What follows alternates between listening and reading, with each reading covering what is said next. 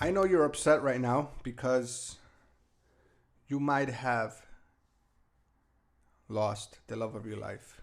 Your experience with your boyfriend or your girlfriend has come to an end and it hasn't been the same. You haven't felt the same. You feel like you've screwed up, you've made a big mistake, you feel desperate, you would do anything to get that person back. You're beating yourself up because you think it's your fault. You're beating yourself up because you're asking yourself or you're telling yourself that this happens to you because you're just not good enough. You're not good looking enough. You're not smart enough. You're not rich enough. You're not powerful enough. You're not tall enough. You're not pretty enough.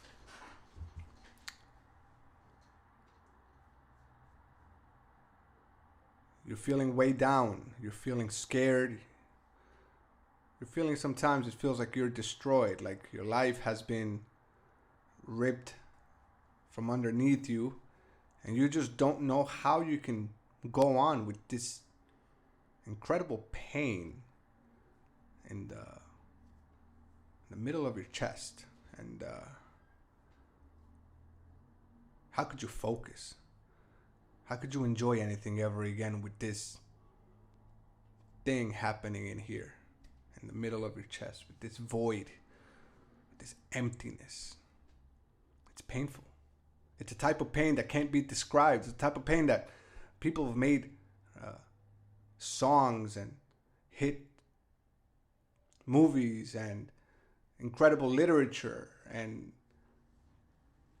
it's that type of pain that has created that has been present in human expression for forever. And the hard part to understand when you're going through it is that it's inevitable, that it was inevitable, that this pain was coming to you regardless of what you did or didn't do. That heartbreak, that feeling that you're going through right now happens to absolutely everyone. It's just one of the many prices. It's just one of the many things that we have to go through as human beings. It's part of the game. It's part of the game. And if you want to play this game, which you have to play because you're alive, you're going to have to learn how to manage it. You can't avoid it because heartbreak doesn't only come from losing a boyfriend, a girlfriend, a husband, or a wife. Heartbreak comes in many forms. And if you want to play this game, and if you want to win, if you want to be happy, fulfilled, if you want to get through it, if you want to have a long life, if you want to experience what it is to be alive today, you were given this opportunity to be alive, then you have to learn how to play. And you have to understand and accept that this is part of it. And this is one of many things that we have to go through. But heartbreak, that emotional pain that you're feeling, is a must. And so I want you to sit down and close your eyes for a second and just tell yourself that you accept and you understand that this is part of the human experience, and that everybody you know and everybody you don't know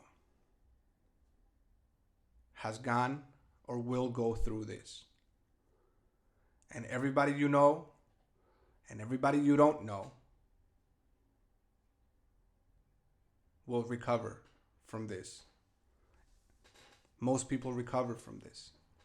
Most people look back and they say it was painful, but it led me to the place I'm now, and I'm in a better place. I mean, that's the only way to really look at it.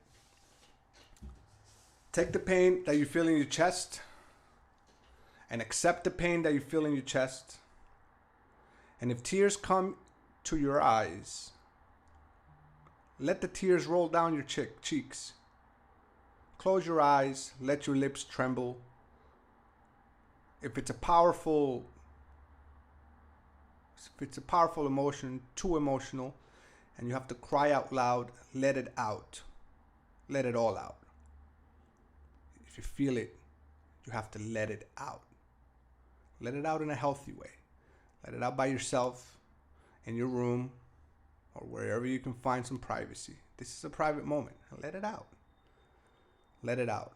But don't allow yourself to put yourself down. Don't let it out and combine it with putting yourself down and blaming yourself and saying stuff like, this is the end, how can I go on? That's the mistake.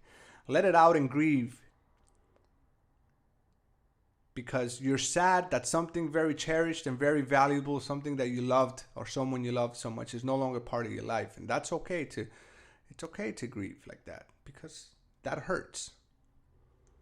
That hurts.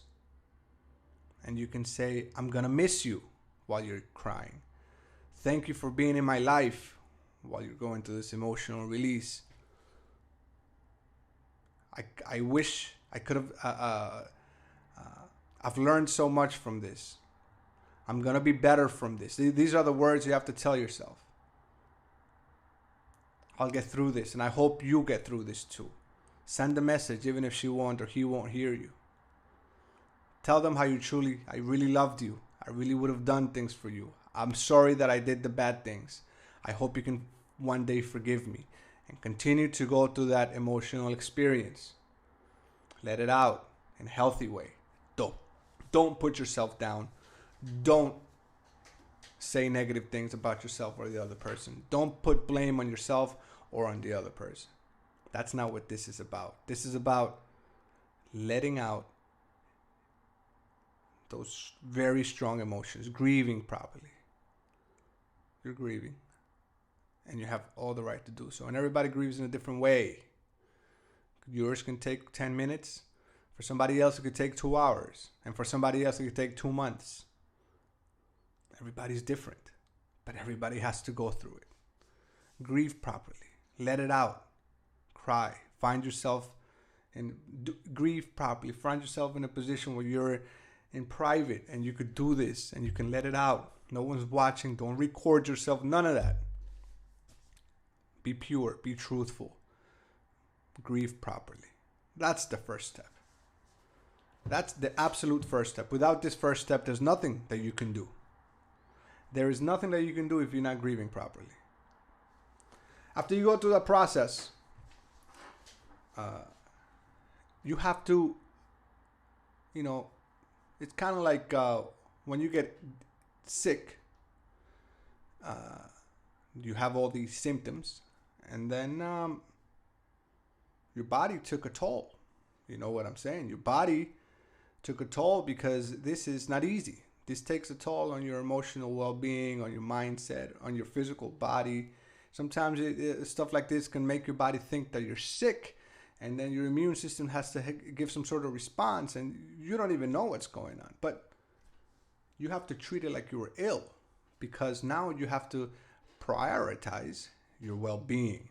The first step is to grieve, to let it out properly, elegantly, classy, by yourself. Then you have to start the recovery. And the recovery is a combination of positive, what do you call this? Positive statements, physical training,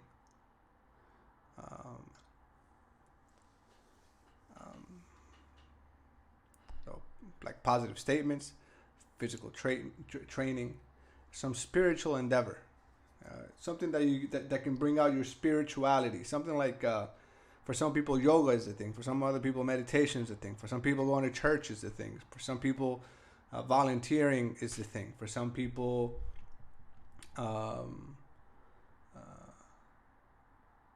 shooting arrows or something is the thing. I mean, everybody's different, but you got to find a way to start healing in a holistic manner. Healing in a holistic manner, in a positive way. Give yourself nutrition. This is one of the things the most important things. Make sure that you're eating and drinking the proper things to recover. Your body went through something, emotionally and physically. Recover properly. get a massage, do the stretching, do the working out, eat the proper foods. You understand? Do the spiritual activities that will bring you some sort of peace. Right. The next part, I would say, is educate and plan, which is the planning is asking yourself a series of questions that are necessary. Like in retrospect, was how was that relationship? How was I in that relationship? How did I come out a better man? Did I show my best self? Now you can start asking questions because you're not feeling the depression. You know, you're out of that depression. Now you can, with a cold head, with a more, closer to the truth, you can start analyzing what happened and then how you want to move forward. This is a game. This is like a game. There are rules. And what type of person you want to be with. Is it similar to the person that you broke up with, or is it someone completely different? Why didn't it work, do you think? Without placing blame. Oh, because without degrading her character or his character. If you start saying stuff like that, you got the wrong idea. Oh, because she's a liar. No. It's not about that. It's not about that. What type of person do you want to be with? What type of person are you? Where do you want to go? And what type of person do you want to be with? And what do you want to do with that person? What do you want to bring to that person? What do you want that person to bring to you? Those are interesting ways to get through it. Notice that I didn't say go out and have fun, find another one, get drunk, do drugs, smoke weed, eat garbage, watch movies, binge on Netflix, open up a Tinder profile, open up a bump. No, none of that. I didn't say any of that because none of that will help you. If you do any of those things, you will be worse off, because dating and relationships and life, you got to be prepared for opportunities. And I always this is why I love sports and music and, like stuff like that, arts. Because it doesn't matter who you are. For example, if you're a human who wants to lift heavy weight, if you've never done it and you try, you won't be able to do it. You're gonna get hurt. You're gonna hurt yourself and even potentially hurt people around you. Because you gotta have the foundation. You gotta build up to it. And in relationships, it's the same way. You can't go from a bad breakup where you're completely destroyed, and then all of a sudden, within that catastrophe that you are as a human, emotionally completely unstable, grieving and longing for someone who doesn't want to be with you, and then all of a sudden you meet the perfect person who might potentially be the perfect person for you, but that person's not going to look at you and say, oh yeah, this is the guy. No, you're not going to be able to do it properly. You're not going to be able to do it properly because you're not ready yet. So what you want to do is grieve, recover, plan, and set yourself up. Set yourself up so that you are set up for the likelihood that you could be successful if the opportunity arises for someone, with someone else. If and when, because it's a matter of time. There's billions of people, and then you're gonna have opportunities. You want to set yourself up. You want to be ready. You want to be stable. You want to be balanced. You don't want to be needy. You don't want to be desperate. That's not balanced. Desperate, needy, desperately searching for, doing whatever it takes. That's not balanced. You're never gonna get the girl that's good for you.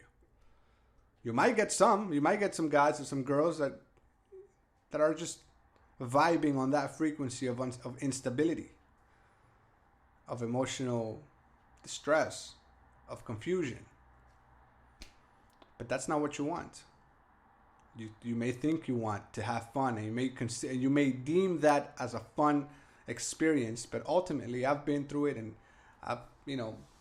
so many of us have been through it. the wrong way, and we can sit here and look back and say, well, that's not the right way. I wouldn't do that again, because that wasn't fun. It's not fun. That didn't really help me. You know what helps you in life, because whatever is good for you brings you closest to the things that you want and that you're aiming for. And there's things that you do that bring you further. It's a simple analysis. So I hope that this video will give you some perspective. I don't want to make it too lengthy, because I don't think it's necessary. We all have our process, but this is one guideline. This is one guide. At least you have some sort of guide how to go about it. You can choose not to do it. You can choose to dismiss, or you can choose to, maybe there's some things that I've said that may vibe with you, and you could potentially apply them, and they can help you.